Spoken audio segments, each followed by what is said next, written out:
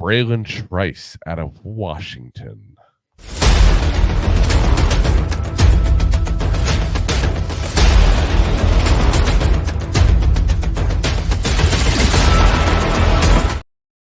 Oh, yeah. We've talked about him before. Actually, we've done mock drafts with him and gotten him as well. So, 6'3", 6'4", 274 pounds, 23 years old. In 22, he was 13 games, 38 tackles, 12 tackles for loss, 9 sacks. Actually led all of college football in QB pressures that year. In 23, 15 games, 49 tackles, 11.5 tackles for loss, 7 sacks, 2 passes deflected, a fumble recovery, and a forced fumble with an 88.1 PFF score there. As far as pros and the cons there. Pros, strong, gets into the backfield regularly, good against the run, and a high motor. He's an all-around player. This is not the guy you develop in as a situational pass rusher and hope you can develop the rest of the game. He's got both parts of the game now already down.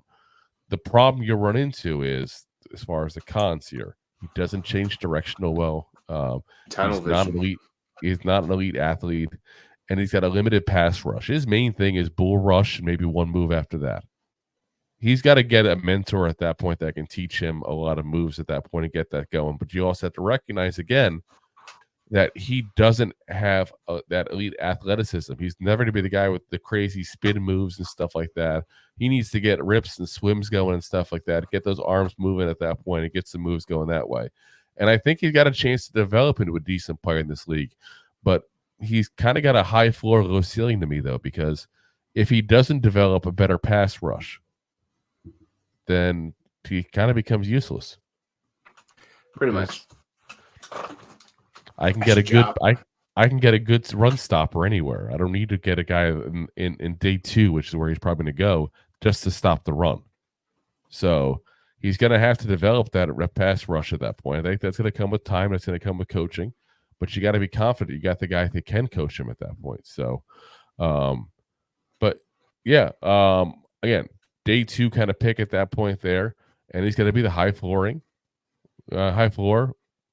low ceiling kind of guy. Reverse that? Sorry, he's got a high ceiling, low floor kind of guy at that point there. He's got to develop that stuff there. So we'll see if he does. Thanks for listening to Two Giant Goofballs, a New York Giants podcast. We appreciate your support. Thanks so much.